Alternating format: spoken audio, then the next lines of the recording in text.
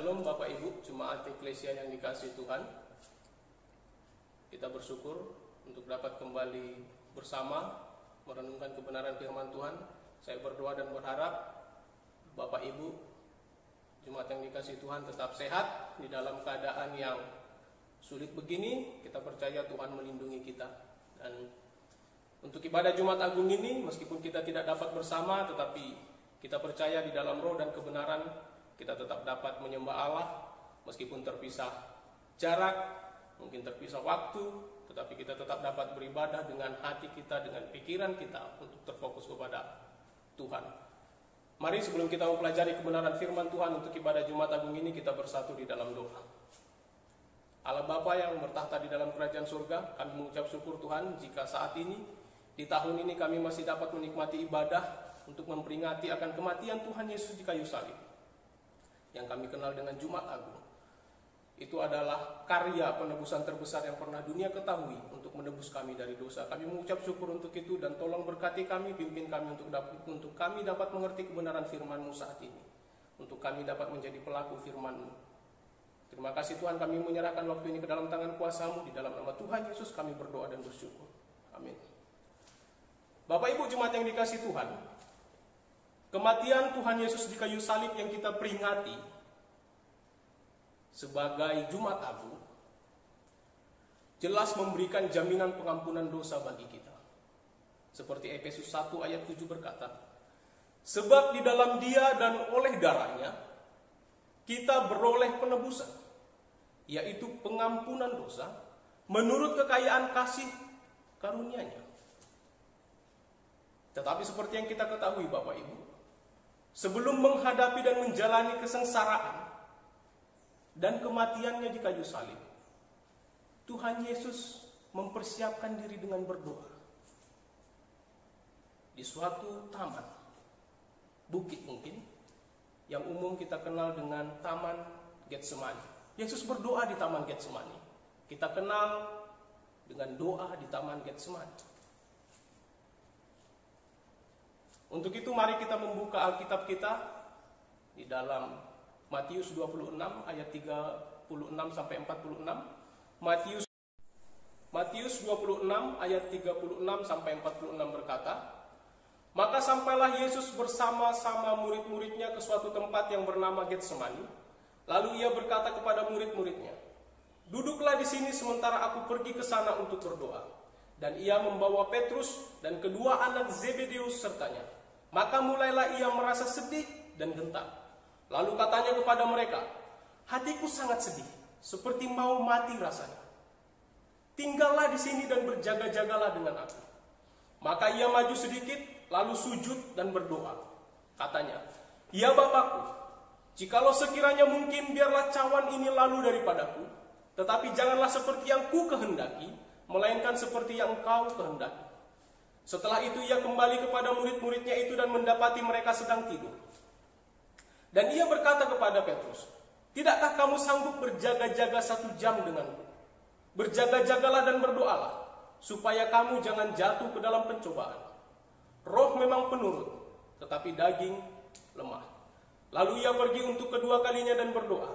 Katanya, ya Bapakku, jikalau cawan ini tidak mungkin lalu, kecuali apabila aku meminumnya, jadilah kehendakmu. Dan ketika ia kembali pula, ia mendapati mereka sedang tidur, sebab mata mereka sudah berat. Ia membiarkan mereka di situ lalu pergi dan berdoa untuk ketiga kalinya, dan mengucapkan doa yang itu juga. Sesudah itu ia datang kepada murid-muridnya dan berkata kepada mereka, tidurlah sekarang dan istirahatlah. Lihatlah, saatnya sudah tiba bahwa Anak Manusia diserahkan ke tangan orang-orang berdosa. Bangunlah, marilah kita pergi. Dia yang menyerahkan aku sudah dekat. Amin. Demikian pembacaan firman Tuhan Bapak Ibu. Bapak Ibu Jemaat yang dikasihi Tuhan, kebenaran firman Tuhan yang barusan kita baca dari Matius ini sangat relevan dengan Efesus 6 ayat 18, di mana firman Tuhan berkata di dalam Efesus, dalam segala doa dan permohonan, berdoalah setiap waktu di dalam roh, dan berjaga-jagalah di dalam doamu itu dengan permohonan yang tak putus-putusnya untuk segala orang kudus. Nah, inilah yang akan menjadi pembelajaran kita pada kesempatan kali ini, di mana kita mau belajar 4 alasan berdoa terus-menerus, atau bagaimana kita berdoa secara persistens, secara tekun, secara terus-menerus, atau repeatedly, secara berulang-ulang. Ada 4 alasan kenapa kita harus berdoa secara terus-menerus atau berulang-ulang seperti yang Tuhan Yesus lakukan di Taman Getsemani. Mari kita akan melihat satu persatu. Yang pertama adalah doa yang terus-menerus membuat perhatian kita terfokus. Doa yang terus-menerus membuat perhatian kita terfokus. Ketika kita mendoakan sesuatu secara berulang-ulang, itu bukan bertujuan untuk mengingatkan Tuhan, Bapak Ibu. Karena Tuhan tidak perlu diingatkan. Tetapi itu bertujuan untuk mengingatkan kita, agar kita ingat siapa sumber jawaban doa itu. Siapa sumber yang memenuhi kebutuhan kita. Seperti doa Yesus di Taman Getsemani, Yesus mendoakan hal yang sama berulang-ulang. Kita lihat itu di dalam ayat 39, 42, dan 44. Doa yang berulang-ulang itu memfokuskan perhatian Yesus kepada apa? Kepada satu hal. Apa itu? Kehendak Allah, kehendak Bapa. Apa kehendak Bapa? Kehendak Allah Bapa adalah cawan atau kesengsaraan sampai Yesus mati di kayu salib harus dilalui oleh Yesus. Itu sesuai dengan rencana Allah untuk menggenapi misi Yesus sebagai juru selamat yang telah diutus Allah Bapa untuk menebus dosa seluruh dunia. Yesus harus melaluinya. Yesus terfokus kepada kehendak Allah. Ayat 42 Yesus berkata, "Ya Bapakku, jikalau cawan ini tidak mungkin lalu kecuali apabila aku meminumnya, jadilah kehendakmu." Kata jadilah kehendakmu. Doa membuat perhatian Tuhan Yesus terfokus kepada Allah dan kehendaknya, kepada Allah Bapa dan kehendaknya. Jadilah kehendakmu Bapa, jadilah kehendakmu Allah. Jadilah kehendakmu Allah Bapa. Begitupun dengan kita. Doa membuat perhatian kita fokus pada Allah, bukan pada jawaban doanya. Saudara, jika doa yang kita doakan selalu dijawab secara instan, selalu dijawab seketika oleh Allah, maka 2 hal bisa terjadi. Yang pertama, doa akan menjadi senjata yang justru dapat merusak kehidupan kita. Menjadi destructive weapon yang dapat merusak kehidupan kita. Karena segala sesuatunya selalu tersedia. Apapun yang kita minta, itu berbahaya. Yang kedua, kita tidak akan pernah berpikir tentang Allah, karena Allah hanya akan menjadi seperti mesin si pemberi berkat kepada kita. Jika setiap kali kita berdoa dan mendapatkan jawaban atau hasil secara instan, maka kita hanya akan memikirkan tentang berkat, dan berkat. Kita tidak memikirkan tentang Allah. Sementara yang Allah kehendaki adalah kita berpikir tentang si pemberi berkat, bukan selalu berpikir tentang berkat. Siapa si pemberi berkat? Itu adalah Allah sendiri. Kita harus berpikir tentang Allah, berfokus kepada Allah, kehendak Allah. Yang kedua, kenapa kita harus berdoa terus-menerus? Doa yang terus-menerus mengklarifikasi atau memperjelas, memurnikan permohonan kita. Bapak Ibu jemaat yang dikasihi Tuhan, ketika Tuhan Yesus berdoa, pertama di ayat 39 kita melihat, Yesus memohon, jikalau sekiranya mungkin biarlah cawan atau kesengsaraan yang akan datang ini lalu daripadanya.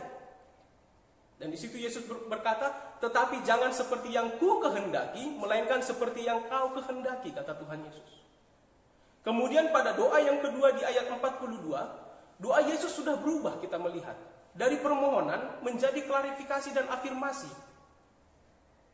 Bagaimana Tuhan Yesus mengatakan bahwa jikalau cawan ini tidak mungkin lalu, kecuali aku meminumnya, jadilah kehendakmu.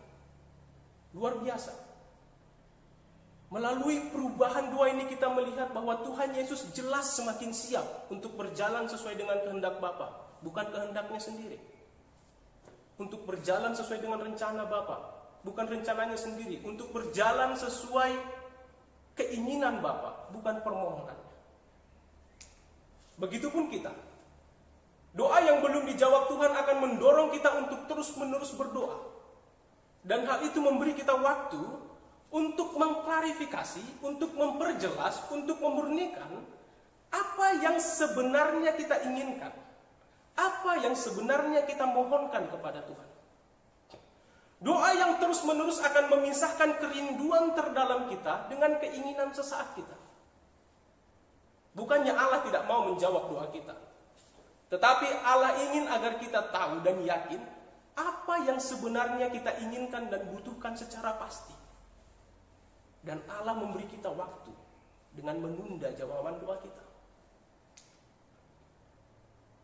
Yang ketiga, doa yang terus-menerus akan menguji iman kita. Tidak diragukan lagi bahwa pada saat Tuhan Yesus berdoa di Taman Getsemani, ini adalah saat-saat di mana iman Tuhan Yesus sendiri diuji.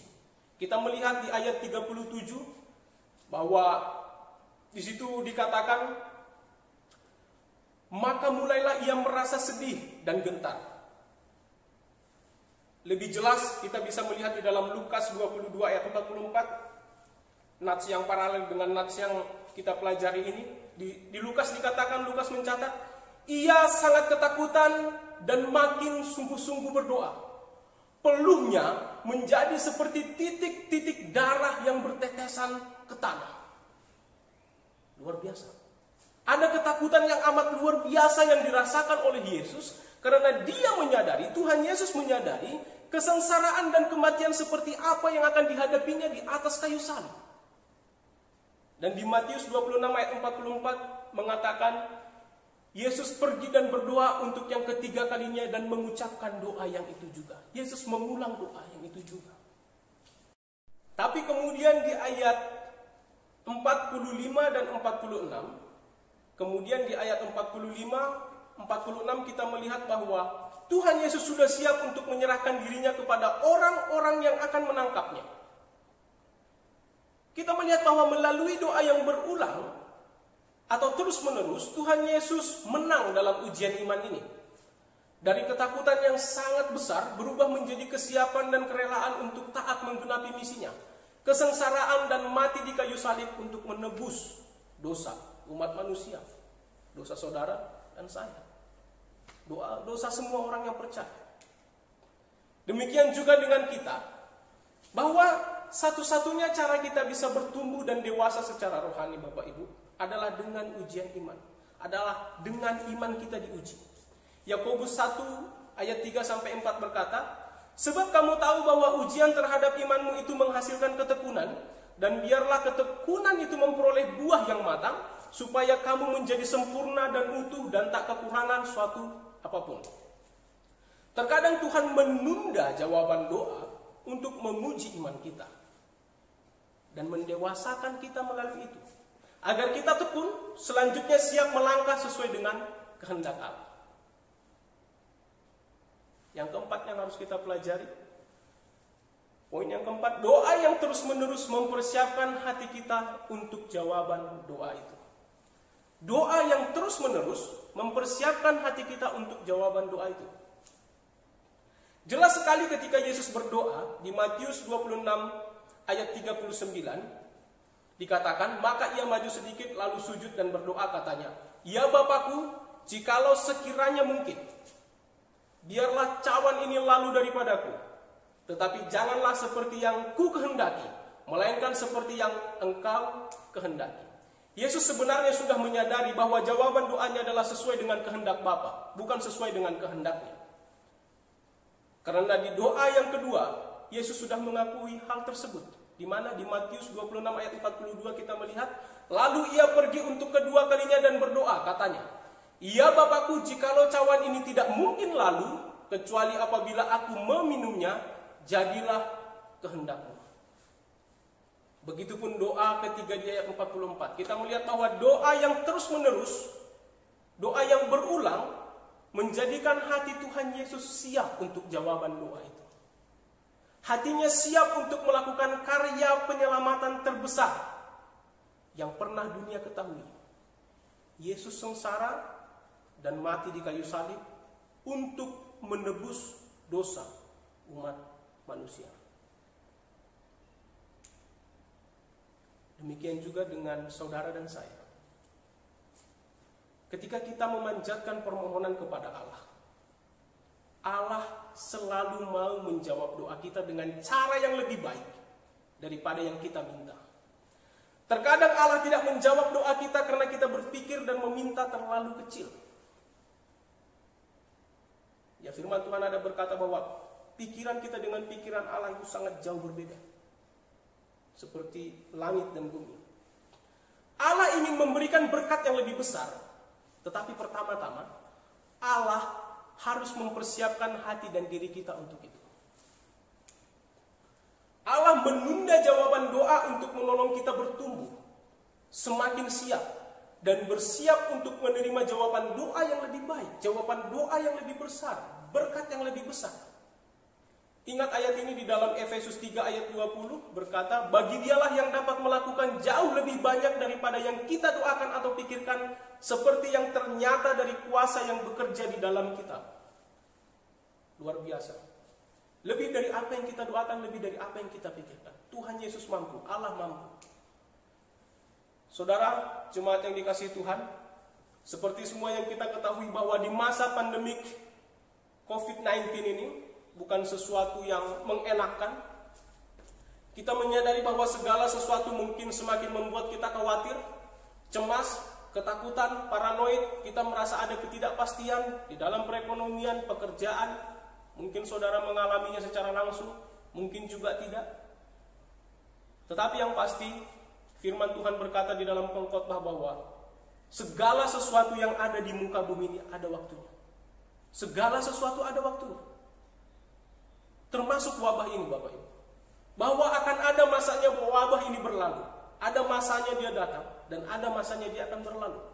Dan ini hanya akan menjadi bagian dari catatan sejarah dunia ini, seperti yang sudah-sudah.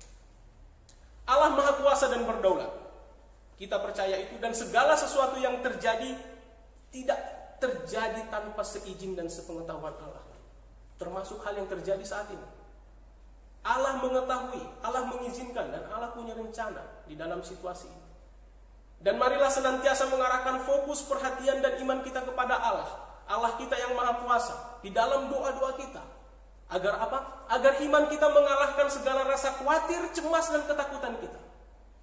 Tentunya sambil kita tunduk kepada otoritas, kepada pemerintah, dengan segala peraturan yang dibuat untuk menjaga kesehatan, untuk menjaga safety, healthy kita, kesehatan dan keamanan kita.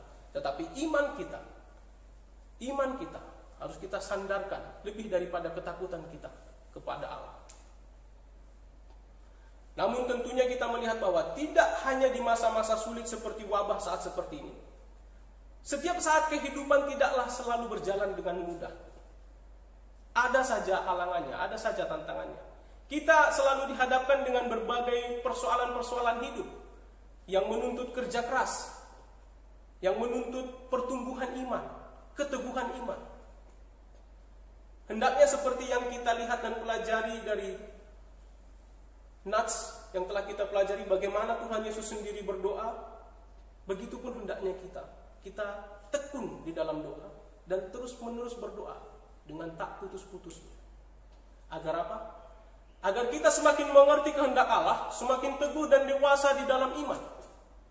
Semakin siap untuk berkat yang lebih besar dari Allah, jawaban doa yang lebih baik dari Allah. Kita semakin memiliki hati yang lebih taat kepada Allah.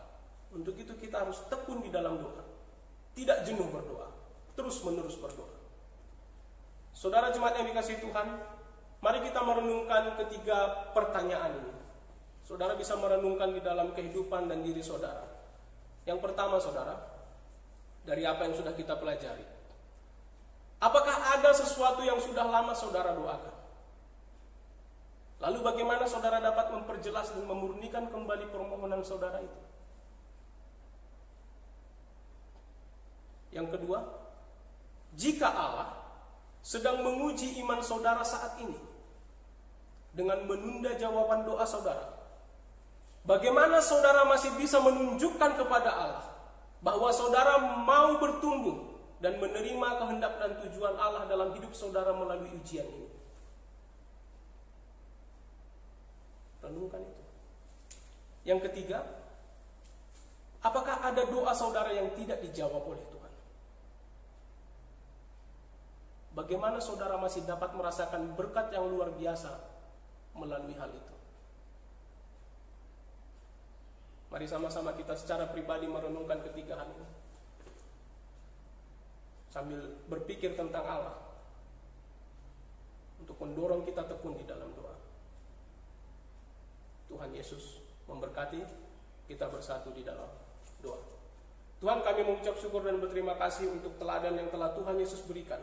Bagaimana di dalam menghadapi kesengsaraan dan kematiannya, Tuhan Yesus sungguh-sungguh menyerahkan sepenuhnya dirinya, ketakutannya, rasa cemasnya kepada Allah. Dan di dalam segala ketakutan itu, Allah memberikan kekuatan, Allah memampukan.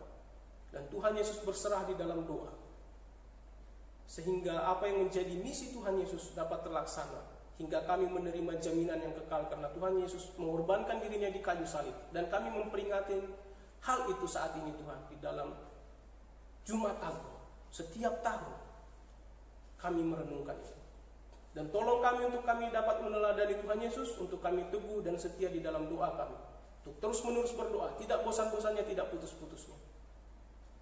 Dan kami serahkan segala kekhawatiran kami untuk masa-masa yang sulit ini ke dalam tangan kuasa-Mu. Biarlah Allah yang menolong dan melindungi kami senantiasa, memberikan kami kekuatan, kesehatan.